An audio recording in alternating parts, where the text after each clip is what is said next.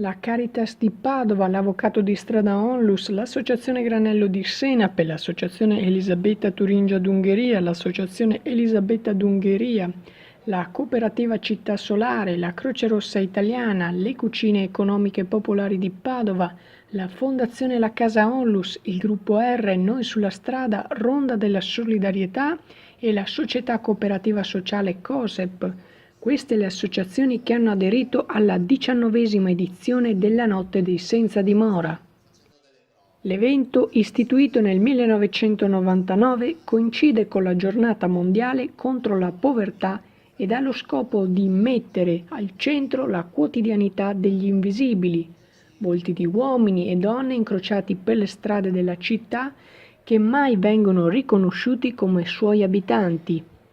L'evento pone al centro una povertà non solo meramente economica, ma anche di tipo relazionale, che stringe e costringe la persona in un vortice progressivo di negazione dei servizi e dei diritti fondamentali.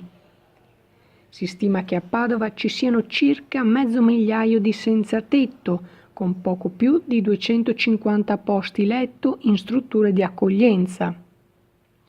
Dal comune l'assessore al sociale Marta Nalin annuncia che ci sono stati investimenti per 100.000 euro di materiale per aiutare i senza tetto e che oltre ad essere in bando di gara l'assegnazione di un luogo per passare la notte, è stata aperta una struttura anche per il giorno.